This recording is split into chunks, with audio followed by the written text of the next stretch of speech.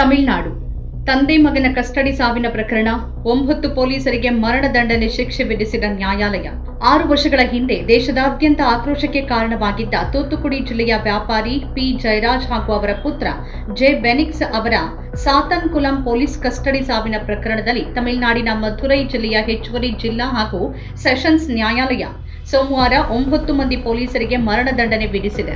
Inspector Sridhar, ಸಬ್ ಇನ್ಸ್ಪೆಕ್ಟರ್ಗಳಾದ ಬಾಲಕೃಷ್ಣನ್, ರಘು ಗಣೇಶ್ ಹಾಗೂ police ಸಿಬ್ಬಂದಿ Murugan, ಸಮುದುರೈ, Muthuraja, ಚೆಲ್ಲದುರೈ, Thomas Francis ಹಾಗೂ ವೈಲಮುತ್ತು ಮರಣದಂಡನೆ ವಿಧಿಸಲ್ಪಟ್ಟ ಆರೋಪಿಗಳಾಗಿದ್ದಾರೆ.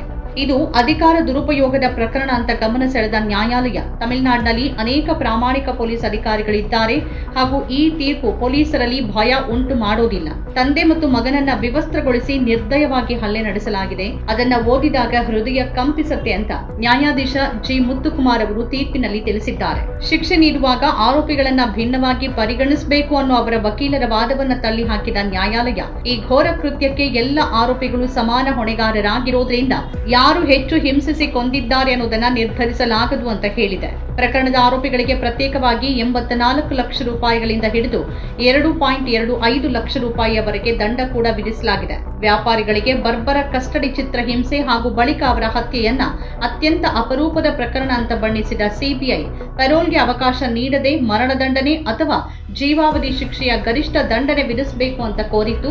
ಇದೊಂದು ಹೇಯ ಕೃತ್ಯವಾಗಿದ್ದು ವ್ಯಾಪಾರಿಗಳು ಸತ್ತಾನ್ಕುಲಂ ಪೊಲೀಸ್ ಠಾಣೆಯಲ್ಲಿ ರಾತ್ರಿ ಇಡೀ ಚಿತ್ರಹಿಂಸೆಗೆ ಒಳಗಾಗಿದ್ರು ಅಂತ ಸಿಬಿಐ ಪರ ವಕೀಲರು ಗಮನ ಸೆಳೆದಿದ್ದಾರೆ. 2023ರ ಮಾರ್ಚ್ 23ರಂದು ಪ್ರಕರಣದ ತೀರ್ಪು ನೀಡಿದ ನ್ಯಾಯಾಧೀಶ ಮುತ್ತುಕುಮಾರನ್ ಅವರು ಎಲ್ಲ 9 ಆರೋಪಿ ಪೊಲೀಸರನ್ನ ದೋಷಿಗಳು ಅಂತ ಪರಿಗಣಿಸಿದ್ದು ತೀರ್ಪನ್ನ ಕಾಯ್ದಿರಿಸಿದ್ರು. ತೂತುಕುಡಿ ಜಿಲ್ಲೆಯ ಸಾತಾನ್ಕುಲಂನಲ್ಲಿ ತಮ್ಮ ಅಂಗಡಿಯನ್ನ ನಿಗದಿತ ಅವಧಿಯನ್ನ ಮೀರಿ ತೆರೆದಿಡುವ ಮೂಲಕ ಕೋವಿಡ್ ಲಾಕ್ಡೌನ್ ನಿಯಮಗಳನ್ನ ಉಲ್ಲಂಘಿಸಿದ ಆರೋಪದಲ್ಲಿ ಪಿ ಜಯರಾಜ್ ಹಾಗೂ ಅವರ ಪುತ್ರ ಬೆನಿಕ್ಸ್ ಅವರನ್ನ 2020ರ ಜೂನ್ 19ರಂದು ಪೊಲೀಸರು ಬಂಧಿಸಿದ್ರು.